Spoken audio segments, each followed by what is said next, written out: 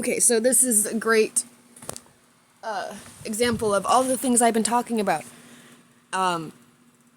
This was my search query, and you can search this on any search engine. Enter my search query into any search engine. These are my dad's, all of his diagnoses, everything that was, not everything, but it was like all of the most significant issues that he was presented to the hospital with on his last hospital trip.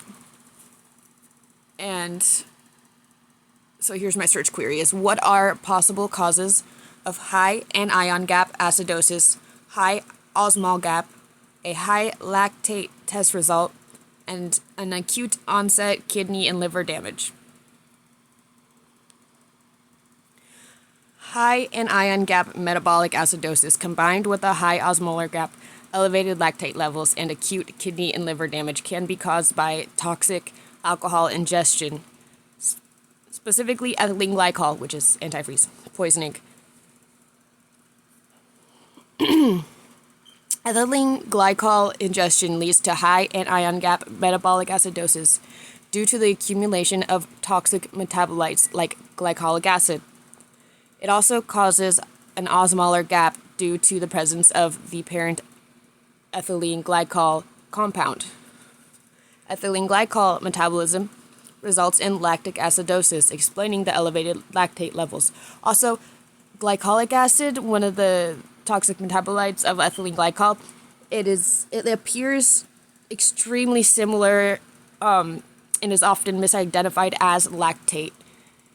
So that's also interesting because it also adds, while ethylene glycol poisoning does actually lead to some extent of lactic acidosis, it's also typically assumed, or in these types of cases, it's also common to have an artificially elevated lactic level test result because of the testing methods in American hospitals. They would not be able to differentiate between the two. So that's just like a little interesting as well. Let's see, where am I? Ethylene glycol and its metabolism are nephrotoxic and hepatotoxic, causing acute kidney and liver damage. Other potential causes that could explain some, but not all, of the findings include, see, that's exactly what I was talking about earlier, is the differential diagnoses would leave too much unaccounted for. Other potential causes that could explain some but not all of the findings include methanol ingestion, high anion gap acidosis, osmolar gap, potential vision issues. Although I did mention in one of my explanations that methanol is often added, well, I think I called it menthol now that I realize, oops, so that's a typo. Not typo, I said it wrong. I mixed that up in my previous explanation. How I was saying it, I called it menthol. I knew that sounded wrong. But it's actually methanol that can cause similar or overlapping symptoms as ethylene glycol. And the thing that makes it a little more confusing is that, well, these symptoms aren't entirely identical. They just have a lot of overlapping symptoms, but there's some symptoms that aren't characteristic of both. And so it makes the diagnosis confusing because methanol is often mixed in with ethylene glycol in many forms of like windshield wiper cleaner and antifreeze and I don't know, other crap that's really common all over the US. It just kind of confuses the diagnosis. Where am I? Oh yeah, sorry. Other potential causes that could explain some but not all findings, the methanol ingestion. Diabetic ketoacidosis would cause high anion gap acidosis, elevated lactate, and potential acute kidney injury. But see, not the osmol gap. That's missing there. Oh, and then starvation coma it falls under the same category as ketoacidosis, by the way.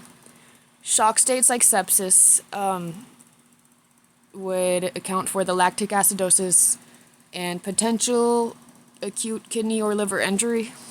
However, I might have to double check what shock is, although I don't think he had shock, that's how I remember it.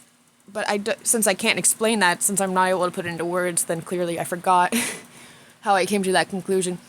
So I'll have to look back into that to be able to explain it, but let's see. Oh,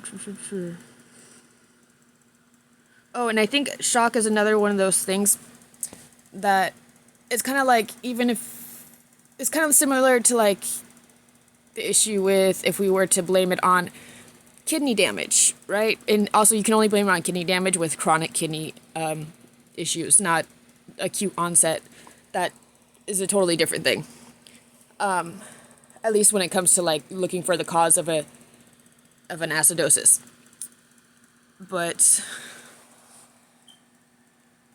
the thing with kidney, even if we were to blame it on diagnosis like kidney injury, or I think shock might be a similar type of diagnosis, it's like you still have to find the source of the shock or the kidney injury. You know what I mean? That's not the end of the journey of etiology when you're trying. That's not. You haven't finished doing your job yet when you reach that point. That's just one step of the journey. Like, that's not at all the cause. Just because that's a part of the journey of how you got to where you are, that doesn't mean you've solved how those events were triggered in the first place. So you still haven't done your job there. Okay, so, and then see the search engine thing. Okay, so anyway, the answer for the summary on the bottom here is also really useful wording. It says, however, this combination of high anion gap acidosis, osmolar gap, lactic acidosis, and acute kidney liver injury strongly points to toxic alcohol ingestion, most likely ethylene glycol poisoning.